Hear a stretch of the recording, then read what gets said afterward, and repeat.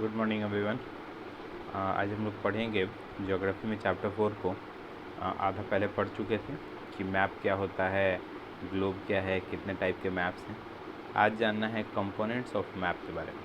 ठीक है, components of map की बात करें तो कंपोनेंट्स ऑफ मैप का क्या मतलब होता है कि जो एक नक्शा होता है उसमें किन किन चीज़ों पर ध्यान दिया जाता है। तो वो जो कंपोनेंट्स हैं वो क्या क्या हैं? डिस्टेंस है, डायरेक्शन है और कन्वेक्शनल साइन या सिंबल्स है। ठीक है, तो क्या है इसको समझते हैं। पहले है डिस्टेंस। तो बोल रहे हैं कि अलग अलग कंट्री का जो मैप है, अलग अलग कॉन्टिनेंट का जो मैप है एटलस पे देखने को मिलता है, लेकिन इतना बड़ा मैप है ना, देश तो इतना बड़ा है लेकिन उसको इस छोटे से नक्शे पर दिखाना क्या ये संभव है? मतलब जो बड़ा सा देश है उसको क्या जो हम लोग नक्शे पर दिखा रहे हैं क्या ये संभव है? क्या नहीं है। इतने बड़े मैप को हम बहुत छोटा करके दिखाते, ठीक है। और छोटा करके दिखाने का क्या मतलब है कि जो एक्चुअल में डिस्टेंस है, यानी कि मान लीजिए कि आपके घर से लेकर आपके स्कूल का डिस्टेंस 10 किलोमीटर है, तो हम क्या मैप पर 10 किलोमीटर जो है वो क्या है लंबा लाइन खींचेंगे? क्या नहीं खींचेंगे। हम जो है वो क्या लाइन 1 सेंटीमीटर का ही खींचेंगे, लेकिन वो 1 सेंटीमीटर जो है वो क्या है 10 किलोमीटर के बराबर होगा। समझ में आया? देखिए इसको आप देखिएगा तो ज़्यादा बेहतर क्लियर होगा कि ये जो आपको दिया हुआ है बोल रहा है क्या कि आपके स्कूल और आपके घर का जो, जैसा भी हमने आपको उदाहरण दिया कि आपके स्कूल और आपके घर के बीच 10 किलोमीटर है। अब 10 किलोमीटर दिखाना है, अब आप लाइन जो खींचे हैं वो 2 सेंटीमीटर का है, तो यानी कि 2 सेंटीमीटर से 10 किलोमीटर आप दिखा रहे हैं, तो 1 सेंटीमीटर से कितना दिखाएंगे? 5 किलोमीटर। तो अब जितना भी डिस्टेंस है एक्चुअल में, है ना, उसको आप किलोमीटर को सेंटीमीटर में चेंज करके उतना ही लंबा खींचेंगे। इससे क्या होगा कि मैप छोटा भी बनेगा और उसका एक्चुअल डिस्टेंस भी आप देख सकते हैं। ठीक है, तो एग्ज़ाम्पल के लिए जो है वो क्या इसी तरीके से ये जो मैप बनाया हुआ है इसको आप देख सकते हैं पेज नंबर 141। अगला है रिप्रेजेंटेटिव फ्रैक्शन।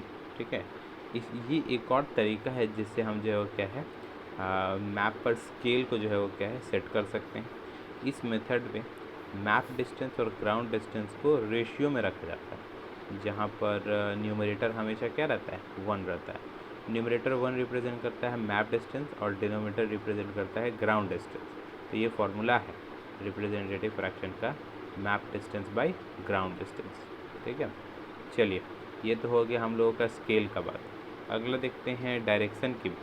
डायरेक्शन की अगर बात करें तो जब हम मैप पढ़ते हैं तो हम क्या देखते हैं कि कुछ इस टाइप का एरो मैप पर बना हुआ रहता है।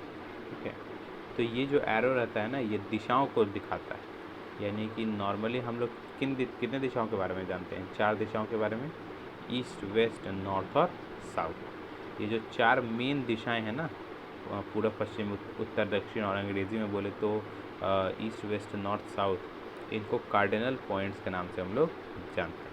लेकिन मान लीजिए कि नॉर्थ है और ईस्ट है, तो उसके बीच में भी तो डायरेक्शन है।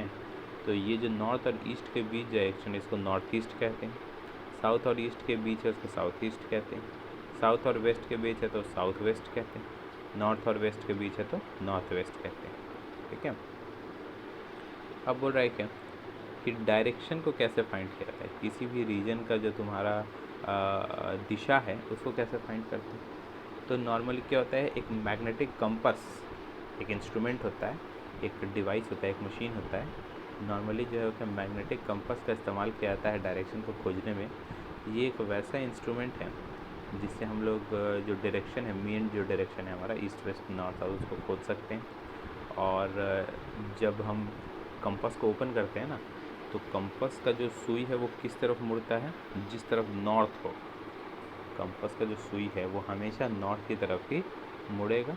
और जो तुम्हारे नाव चलाने वाले होते थे ना पहले ज़माने में, जो जहाज़ पर यात्रा करते थे, वो डायरेक्शन को खोजने के लिए इसी का इस्तेमाल करते थे। ठीक है, साथ ही एक कुछ चीज़ें और हैं, जैसे मान लीजिए कि हम जहाँ भी खड़े हैं, जिधर से सूरज उग रहा है वो तो कंफर्म है कि हम लोग को ईस्ट ही होगा। तो अगर 4 में से एक डायरेक्शन पता है तो बाकी 3 डायरेक्शन में हम पता लगा सकते हैं ईजीली। तो ये सूरज से के डायरेक्शन से भी हम लोग डायरेक्शन का पता लगा सकते हैं, है ना। उसी तरीके से एक क्लाउडलेस नाइट, यानी कि अगर बादल नहीं घिरा हुआ है, रात का समय है, तो पोल स्टार होता है ध्रुव तारा, हम लोग पिछले चैप्टर में पढ़ चुके हैं, उसकी मदद से हम लोगों को नॉर्थ डायरेक्शन का पता चलता है। ठीक है, आगे देखते हैं। अगला है conventional sign and symbols. Map की अगर बात करें तो मैप पे सिर्फ नक्शा ही नहीं, हम लोग को काफ़ी चीज़ें देख सकते हैं, जैसे कितना पॉपुलेशन है ना, फिजिकल फीचर क्या है ना, कितना जंगल है ना, कितना बिल्डिंग है। तो सभी चीज़ों को दिखाना तो संभव है नहीं, इसलिए क्या किया जाता है ना, देखिए ये जो आप देख रहे हैं ये अलग अलग सिंबल्स का इस्तेमाल किया गया। ठीक है, जैसे इंटरनेशनल, स्टेट, डिस्ट्रिक्ट लिखा हुआ है, बाउंड्रीज का सिंबल है, वेल है, टैंक है, ब्रिज है, तो ऐसा सिंबल बनाया हुआ है ना। इसका चर्च है तो ऐसा सिंबल है, मॉस्क है तो ऐसा सिंबल है, टेम्पल है तो ऐसा सिंबल है। तो इन सारे सिंबल्स की मदद से हम लोगों को चीज़ें रिप्रेजेंट की जाती हैं। ठीक है, और ये जो साइन और सिंबल्स हैं, ये अगर मान लीजिए हैं, जैसे मान लो टेम्पल का सिंबल, तो हमको पता चल जाएगा ना कि उस इलाका में एक टेम्पल भी है। तो ये जो सिंबल्स हैं, तो ये जो है वो क्या है, यूनिवर्सल लैंग्वेज के अंदर आते हैं, यानी कि दुनिया भर में सेम सिंबल इस्तेमाल किया जाता है हर जगह, और इन सिंबल्स को कन्वेंशनल सिंबल के नाम से हम लोग जानते हैं। ठीक है, इससे क्या होता है कि मैप ज़्यादा इजी लगता है, ज़्यादा आसानी से समझ में भी आता है। उसके बाद है स्केच।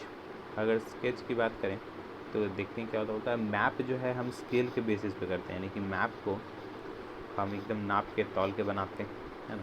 लेकिन हम लोगों को कभी कभी एक रफ़ ड्राइंग भी चाहिए होता है ना, एक ऐसे ही हाथ से खींच कर कि यहाँ से यहाँ रूम है, ये बगल में रूम है, ये एक छोटा रूम है। तो ये जो है वो क्या तुम्हारा, जब एक रफ़ ड्राइंग बनाते हैं किसी भी जगह का, तो उसको हम लोग क्या कहते हैं, उसको कहते हैं स्केच।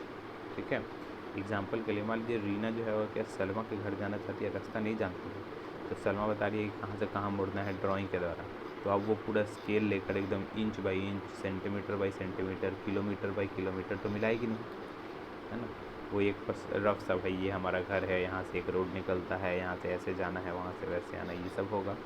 तो वैसे टाइप के हम लोग ड्राइंग को स्केच के नाम से जानते हैं। ठीक है, यानी कि रफ ड्राइंग जो होता है, जिसको बिना किसी स्केल के, बिना किसी एग्जैक्ट मेजरमेंट के बनाया जाए, उसको हम लोग क्या कहते हैं, स्केच कहते हैं। ठीक है, तो उसके बाद अगला है प्लान।